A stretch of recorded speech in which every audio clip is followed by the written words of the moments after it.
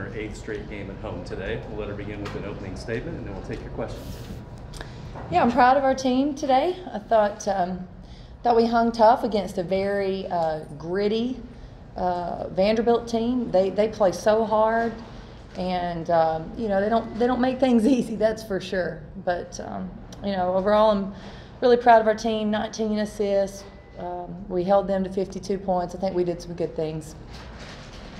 Start with Cora and then Maria. Your team held Vanderbilt to 14 or fewer points every quarter, which is definitely an improvement from the last quarter against Missouri. How happy are you with keeping that all 4 quarters? Yeah, I was really. We walked in and after the game, pick up a stat sheet, and that's one of the first things we looked at. Really proud of that. That's putting together 40 minutes of solid defense, and I think any time they made some shots, or we made a few adjustments with our personnel and with how we were guarding, and I thought it really was effective. And I was proud of our team for doing that. I thought the first, I think they started the game pretty hot, and our first time out we were able to talk about some things, and we made the adjustments and never looked back. Maria and then Tyler. You also, they didn't score hardly at all to start the 3rd and 4th quarters. How important was that for your team? Just put them away. Just don't give them a chance for that comeback. Well, obviously, I thought the end of the second was important. The way we finished the second quarter was important. Jordan hit the jumper, and then to start the third, getting those stops. And at the same time we were scoring, that just gave us a lot of confidence. And we stayed pretty focused on our defense, and and that's true to who we are. I was proud of our team for that. Tyler, Madison, and then Cora. Coach, sort of building off of Maria's question, but in the second half, you guys have really been able to dominate opponents and really come back. If you're trailing or if you're leading, just really take it over in the second half. What do you think has led your team to be able to do that so much this season? Well, I think we've been pretty resilient and pretty tough. I think we've been pretty consistent throughout. And I think that resiliency and that toughness has shown up on in the defensive end sometimes late in the game. We just stay at it and stay tough, hang tough. I think our physical play, our size, our ability to continue to rebound, I think it wears on people at times, and I think that's for some games. I think that's why you've seen us be successful in the second half. Madison. Coach, 19 assists on 23 made field goals. Just how happy does that make you as a head coach?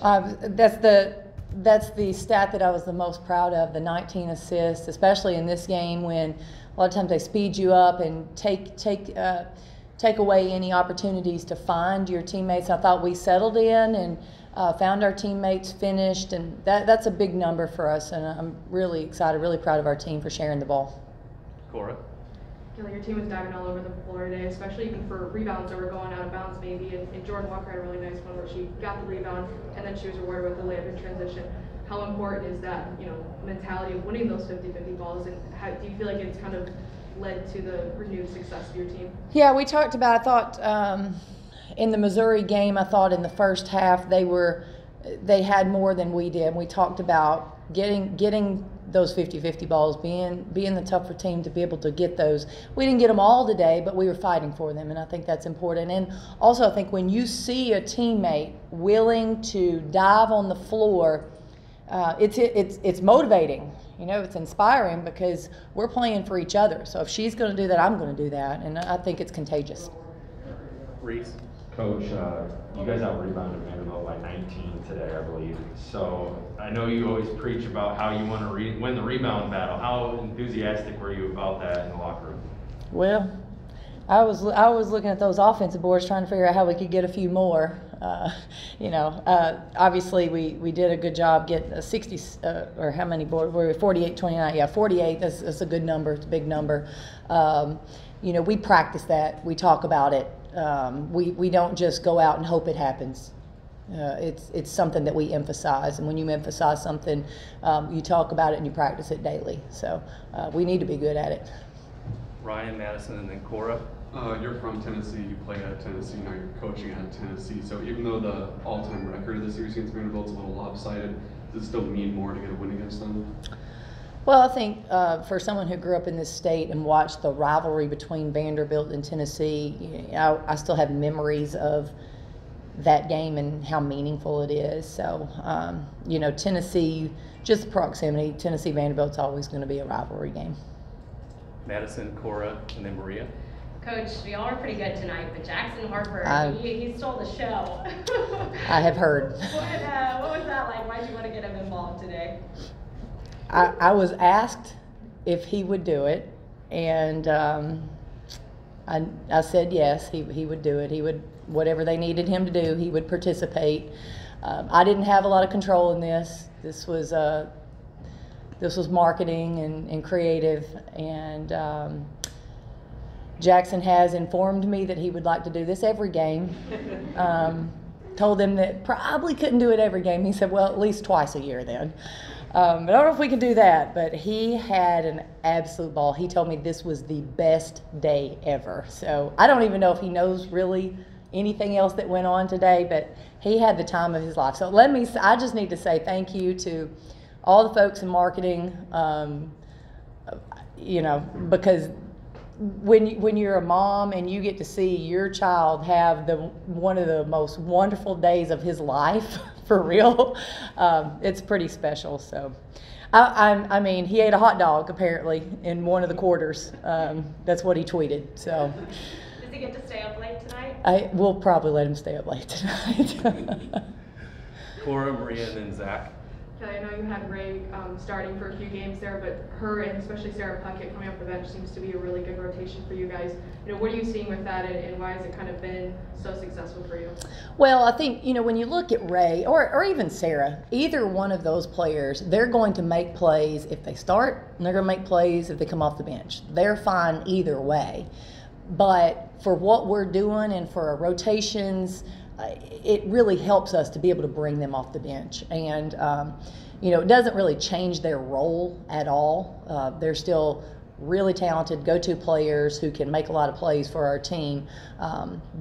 It's just been, I think it just is more comfortable when we're trying to substitute people in and out to have those two coming off the bench.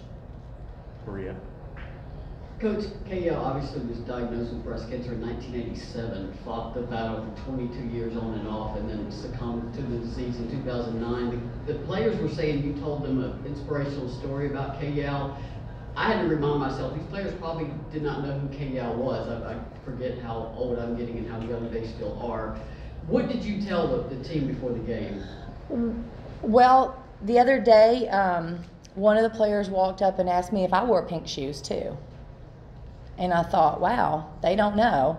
So I wanted to give them an accurate snippet of why we put on pink jerseys. And it's not been that way forever. And it started with Coach Yao.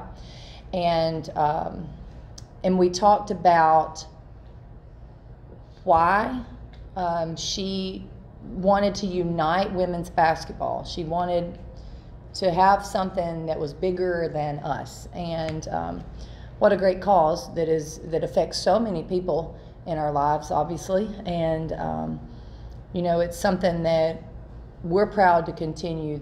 We're proud to continue to bring awareness, to hopefully motivate and inspire those people who are in the middle of that fight. And Again, we have a few of these now, but sometimes the game's bigger than the game, and that was today.